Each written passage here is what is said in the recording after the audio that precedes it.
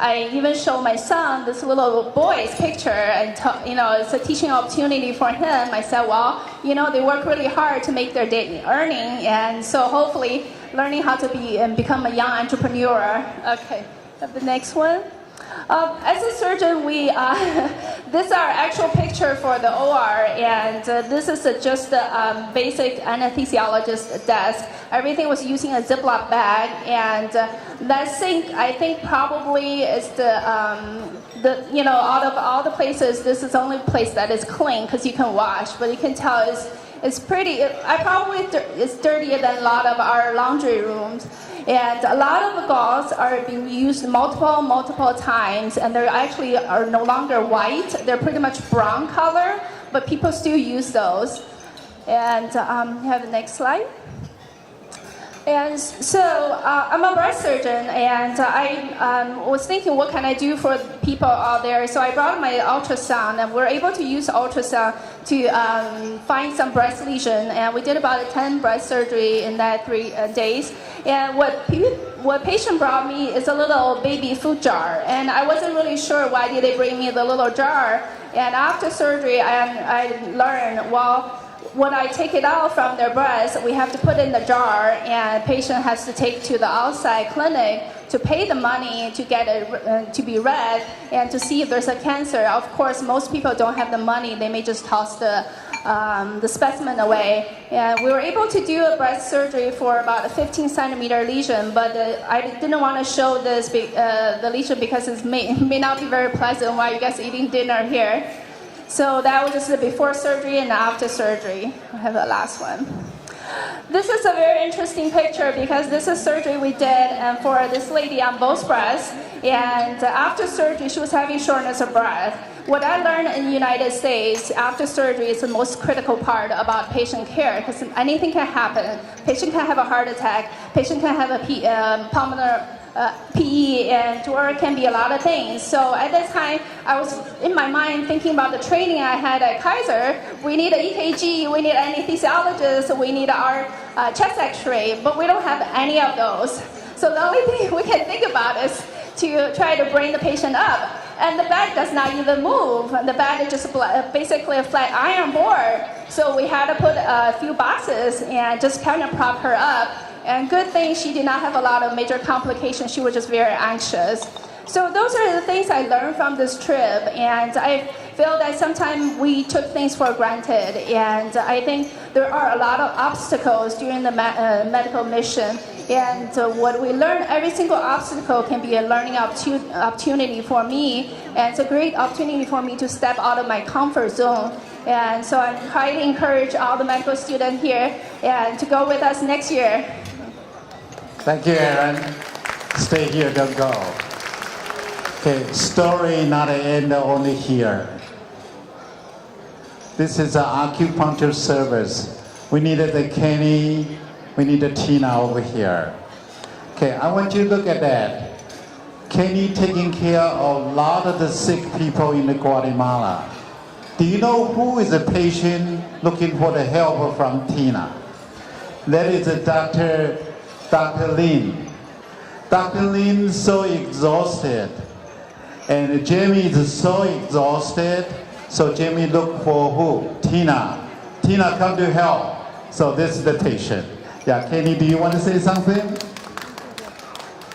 Say something was okay. I'm very appreciated to have the opportunity to join the medical mission. Thank you. Yeah, the acupuncture team, they did the wonder, and they attract a lot of the patient over there. Okay, and the next is a pharmacy team, the 3 beautiful pharmacists. Where is Su Ling? How Su Ling, is you here? Can you come over here? And the Su Ling has been the pharmaceutical team for 3 years, and under her leadership, and we taking care of the more than 3,000 people and without any problem. Okay, thank you. Thank you very much. You want to say something? No, it's okay. Thank you. Thank you. And the next is our optometric teams. This is the eyeglasses dispensation. This is the story I want to share with Buddy. This is 70 plus and elderly female patient. And she came to our eyeglasses optometric team. And eventually she picked up the one pair of the glass. And that's the wonder. She is able to read the newspaper again. So for the past 10 years, she did not know she can read the newspaper. She kneeled down in front of the team and they say, thank you. And thank you, and thank you God, I can read Bible again. So sometimes just a pair of the glasses and with the heart, with the love, we make a difference for the people. And the next, when we finish the 3 years, when we finish medical teams, we have the Mr. and the Mrs. Thomas Stahl, Julie. We're gonna Julie over here. And Judy and Thomas, generous enough. Judy, can you come over here? Judy and Thomas, generous enough, always host our final celebration in their mansion. And each time they host for more than 80 people. And sometimes Judy has to kind of bring those kind of good stuff, good food from Los Angeles and then cook that in Guatemala. Thank you very much, Judy. It's my pleasure. Thank you, Judy. And also this one is a lunch. It's a lunch dinner. It's prepared by the mayor and his wife. This is from a very poor community. They appreciate us. What's the result? Your medical mission team, we had such good stuff. We had so many people, and this is the result. Result is we are invited and have been honored at Guatemala President Palace. And this is what we're talking about. We work hard, we step by step, we work solid, we hope. In addition to help the needy people, we can help the Taiwan too. And the First Lady, Patricia Morales, she visited the medical team 3 times in this year. She feels so comfortable. She called our wives, she called our young members, she called them the buddies, and then she keeps saying, Gambe, Gambe. I say, don't drink too much. And you are the First Lady. And this is the year 2012. At that time, the First Lady, Rosita Perez, and met the team at the Bamboo Center in Esquinta.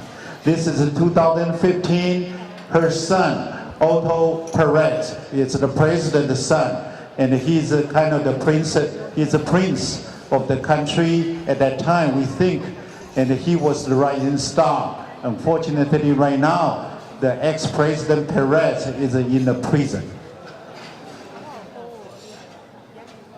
In our medical missions, we gathered a lot of the media attention in the newspaper and in the TV stations. So therefore they know, they recognize Taiwan people is a good people. Next, and in addition to the happy, actually the doctor, providers, when you do the medical missions, and they end with a very, very happy too. We had the Dr. Lin come over here. Jamie? Yeah. Jamie. Okay, Jamie herself has 3 kids. And she went to medical mission 3 times, Guatemala medical mission. And she told me, said, Dr. Shu, she's going to adopt the 3 Guatemala kids. So she's going to have a total of 6 kids. Is that right, Jamie? And Jamie is so happy to go. And she said, Dr. Shu, next year, 2018, Honduras medical mission. And called me in. In addition to herself, her parents is going. Dr. Lin Jintang is going to Guatemala medical mission, Honduras medical mission team. We had Flora Johnson, we had Tony Lee, and everybody is so happy over there. So our passion, our love, our dedication. I'm going to present the whole team of the Guatemala Medical Missions. Everybody come over here. This is the result. This is the very appreciative Guatemala peoples, and this is their applaud, and this is their thank you to us. Can you whole team please come over here, please?